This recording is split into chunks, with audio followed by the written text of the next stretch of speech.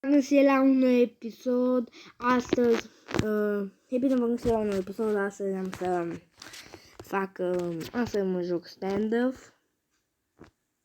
Da. M-am jucat înainte cu un coleg. Da, m-am jucat cu un coleg înainte. M-am jucat Brawl Stars. Am făcut și un video. Video acesta să fie doar de amuzament. Și, da, am făcut ca să vede amuzament. O să vă râdeți la acest clip. Să vă râdeți. Ați văzut acolo să-mi AK-999. No, pa, mă duc pistolul că nu. Ta. Bă, indică ciula. Băi, n-am văzut căciula.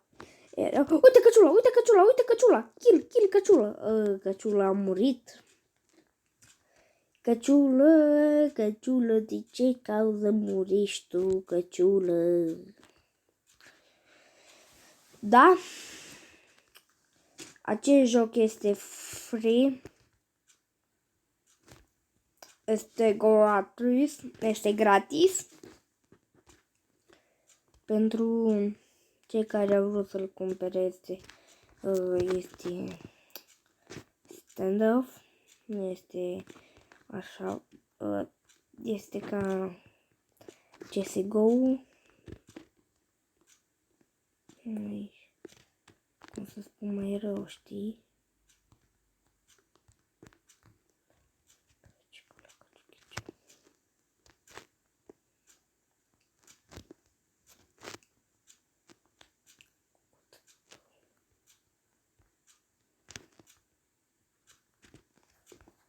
Fac.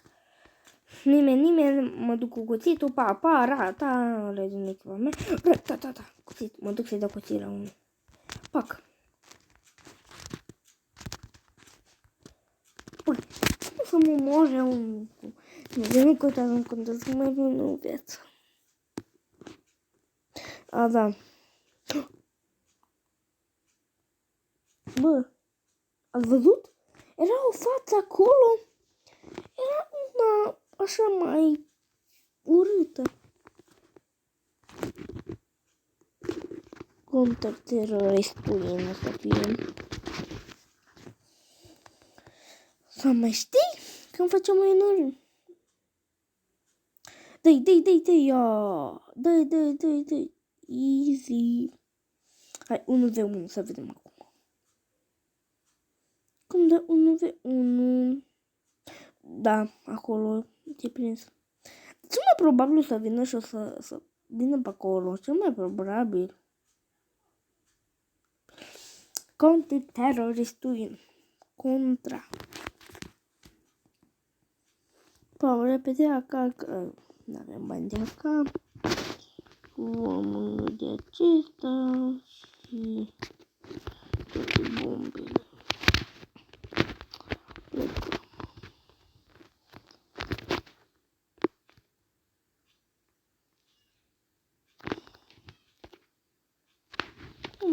Ok, nu.